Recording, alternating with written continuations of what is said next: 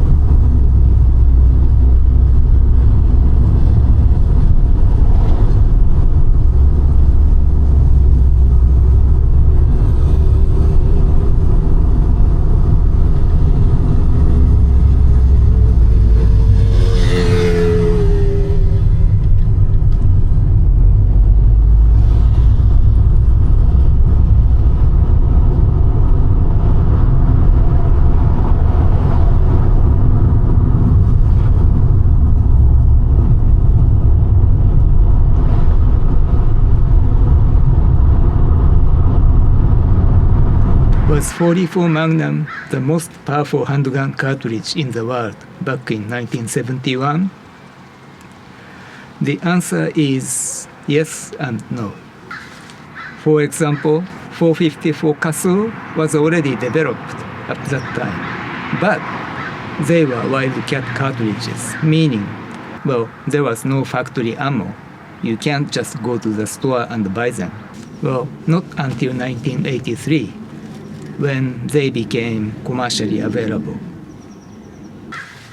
So why did I make this short film style intro, which probably for some people seems like totally irrelevant to the subject of this video? Well, the truth is, things like 44 Magnum or 454 Castle, Grizzly Wingman 45, they make you feel like they make certain people feel like they are invincible. For the same reason, when people get on the fastest production bike, latest sport bike, or even in this case, something from back in 60s, 70s, it's just the nature of the motorcycle. In a way, I'm going to be honest with you. I am guilty myself. I have crossed double yellow so many times. The reason I stopped crossing double yellow is pretty simple. When I installed dashcam on my Ducati Monster S4R many years ago, it didn't happen just overnight, but very quickly I changed into not crossing double yellow, mostly because when you have a dashcam, all your behavior, how you pass the car, or everything you do is recorded.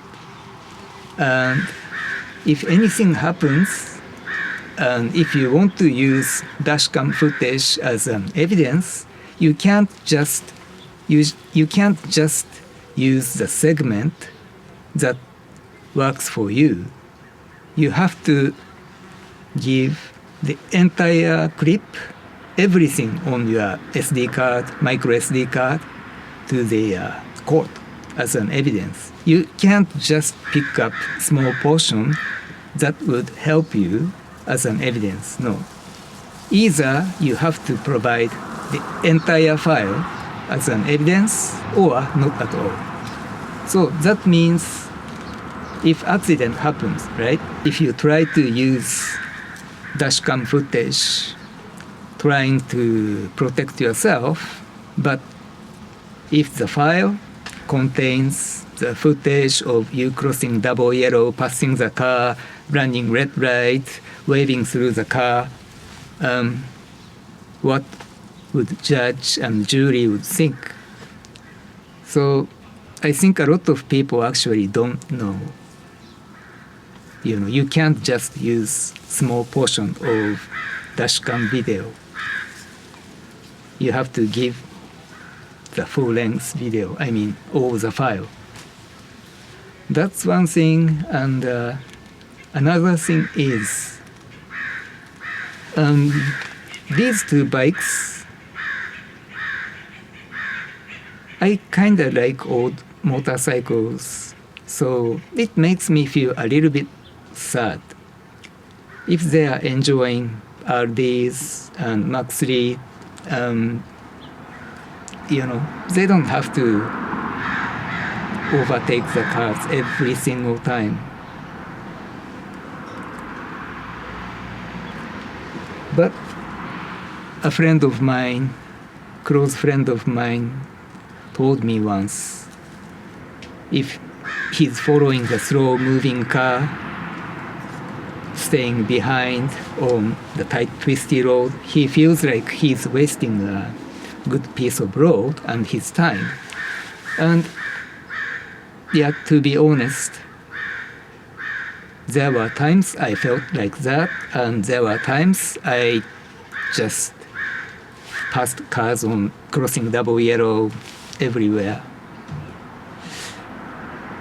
Luckily, I survived without any major incident, and now I don't. I'm not saying everybody should do the same thing as I do, but I just wanted to tell you the story. So the video was shot on Lucas Valley Road, coming from West Marine to San Rafael. So that portion was shortly after passing Skywalker Ranch, which is still owned by George Lucas. That's where Harrison Ford was doing a carpenter before first Star Wars movie. Anyhow, another reason I am not really a big fan of crossing double yellow is because of the cars. Yep, a lot of cars, they shortcut, thinking they're doing okay, it's safe because they can see through the corner all the way to the exit, right? Well, the problem is those people will do it eventually when they encounter the tricky corner that tightens up. It's blind and they enter the corner, it goes around. So what they do, well, they just cross the double yellow because that's what they have been doing all the time. It becomes a habit. So anyway, not trying to preach people. I am not a preacher, and just wanted to tell you a short story, and just wanted to make a Dirty Harry spoof. That's all.